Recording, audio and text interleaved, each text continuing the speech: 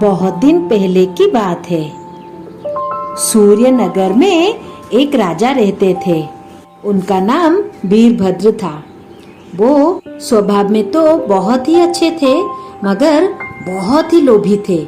इतना सोने का लोभ उन्हें था कि वो हमेशा चाहते थे उनका जो भंडार है वो जितना सोने से भरा है, उनका राज्य में उससे 100 गुना ज्यादा सोना हो। इसलिए दिन रात वो 24 घंटे वही सोचते रहते थे, कैसे मेरे राजकोष में सोने की मात्रा बढ़ती ही रहे। ये सब सोच सोच के उनको इतनी चिंता होती थी। हे भगवान, मैं अब क्या करूं? मेरी सोने की मात्रा तो बिल्कुल ही नहीं बढ़ती। मैं तो रोज सोचता हूँ कि मैं जैसे ही अपना आँख खोलूं और मेरा राजकोष देखने जाऊं तो उसमें जितने सारी सोना है उससे 100 गुना ज्यादा बढ़ जाए, मगर ये तो होता नहीं है। अब मैं क्या करूं? कौन सा उपाय करूं?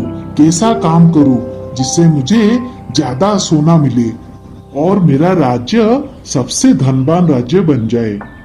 राजा की एक छोटी सी कन्या थी। राजा अपने जीवन से ज्यादा उसको चाहते थे। जैसे राजा सोने को चाहते थे, सोना उनका सबसे पसंदीदा था, वैसे ही राजा अपनी पुत्री को उससे भी ज्यादा अधिक चाहते थे। राजा दान धर्म भी बहुत करते थे, मगर उनको एक ही चिंता खाए जा रही थी, कैसे उनके राज्य में उनका जो भंडार घर है उसमें सोने की मात्रा ज्यादा होगा। इसी चिंता में वो हमेशा रहते थे।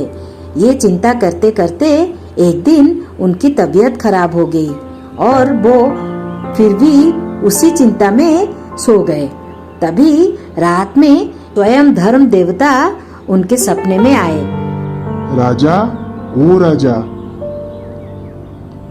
तुम्हें क्या चाहिए? मैं तुम्हारे दान धर्म से बहुत ही प्रसन्न हूँ। राजा की जैसे ही नींद खुली, तब उन्होंने देखा कि वो साक्षात धर्म देवता सामने खड़े हैं। तभी उन्होंने तुरंत ही कहा, हे धर्म देवता, आप मुझे इतनी आशीर्वाद करें कि मैं जो भी चीज को छू लूं वो तुरंत ही सोने में बदल जाए। तथास्तु। देखो, ये वरदान तो मैं तुम्हें दे दिया, मगर इस वजह से तुम्हें बहुत ही परेशानी होगी। ठीक है धर्म देवता, मैं इन सब समस्याओं को बाद में निपटा लूंगा। आपने मुझे इतना बड़ा आशीर्वाद किया, आपका बहुत बहुत धन्यवाद।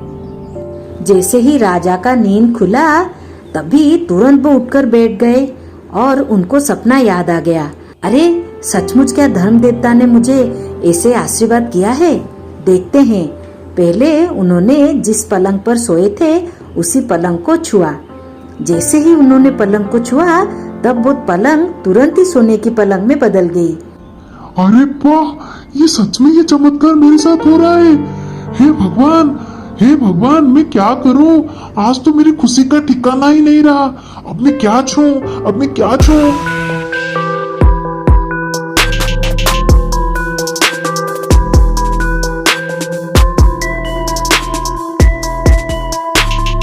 आगे की कहानी देखने के लिए हमारे चैनल को लाइक और सब्सक्राइब करें। आगे की कहानी बहुत ही जल्दी आने वाली है।